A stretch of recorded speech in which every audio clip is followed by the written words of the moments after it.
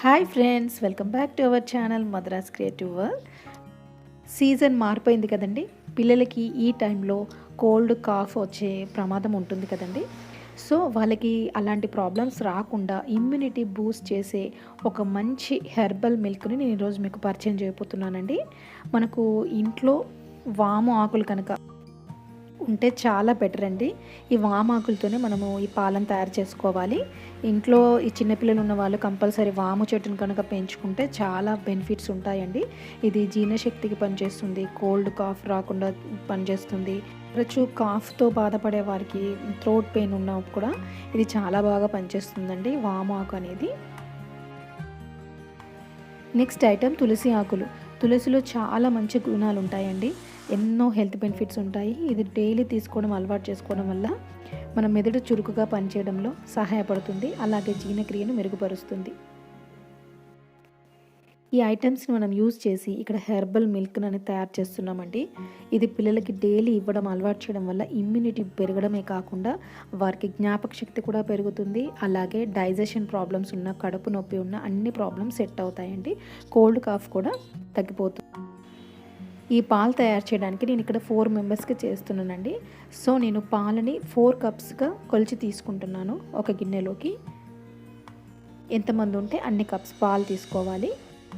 పాలు మరీ చిక్కగా ఉండకూడదండి. కొద్దిగా పాలలో వాటర్ కలుపుకోవాలి. ఎందుకంటే మనం దీన్ని బాగా మరగ పెడతాం కాబట్టి అప్పుడు మనకు పాలు కొంచెం చిక్కదనంగా వస్తాయి. ఒక గుప్పెడు తులసి ఆకులు, ఒక గుప్పెడు వాము ఆకులు, 1 ఇంచ్ అల్లం ముక్క, 10-15 మిరియాలు ఇక్కడ నేను తీసుకొని కోర్సుగా రోట్లో వేసుకొని దంచుకుంటున్నానండి. దీన్ని మనం కొంచెం కోర్సుగా దంచుకోగానే పాలలో వేసుకొని పాలు కాస్త మరిగి కొద్దిగా పాలు ఇంకిపోవాలండి. అప్పటి వరకు ఒక 10-15 మినిట్స్ వాటిని అలాగే మరగనిస్తూ ఉండాలి. ఇందులో ఉన్న గుణాలన్నీ పాలలోకి అబ్జర్వ్ చేసుకుంటాయి. ఇక్కడ పాలు ఇలా బాయిల్ అవుతున్నప్పుడు నేను ఇక్కడ కొద్దిగా చిటికెడు లేదా 2 చిటికెలు అంత పసుపును యాడ్ చేసుకొని బాగా కలపాలండి.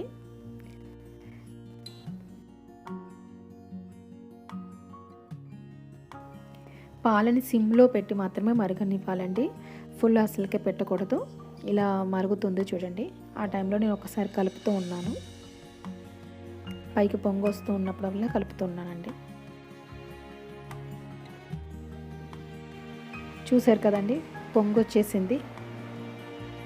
ఇలా పొంగు బాగా రాగానే ఒకసారి ఫుల్ చేసుకొని మళ్ళీ హాఫ్ చేసుకొని నేను స్టవ్ ఆఫ్ చేశానండి.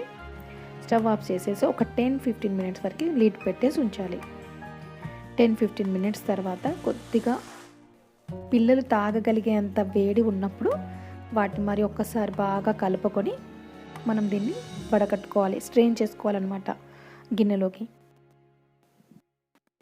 ఈ పాలలో మనం తినే లేదా బెల్లము లేదా చక్కెర ఏదైనా కలుపుకొని తీసుకోవచ్చండి. నేను ఇక్కడ మాత్రం తేనెను యూజ్ చేస్తున్నాను. ఎందుకంటే మనకు డైలీ లైఫ్లో మిగిలిన పాలలో చక్కెర, బెల్లం ఎట్లాగో యూజ్ చేస్తుంటాం. హనీ అనేది చాలా ఇంపార్టెంట్ కదండి. ఇందులో ఎన్నో రకాల సుగుణాలు ఉన్నాయి. 100 రకాల జబ్బులు నయం చేసే మంచి గుణం కూడా ఇందులో ఉంటుంది. రోగనిరోధక శక్తి పెంచి పిల్లల్లో జ్ఞాపక శక్తిని కూడా మెరుగుపరుస్తుంది. అజీర్తికి సంబంధించిన ప్రాబ్లమ్స్ కానీ కడుపు నొప్పిని కూడా తగ్గిస్తుందండి. సో ఉదయం పూట మనం ఇలా పాలలో తేనెను కలిపి తీసుకోవడం చాలా మంచిదండి.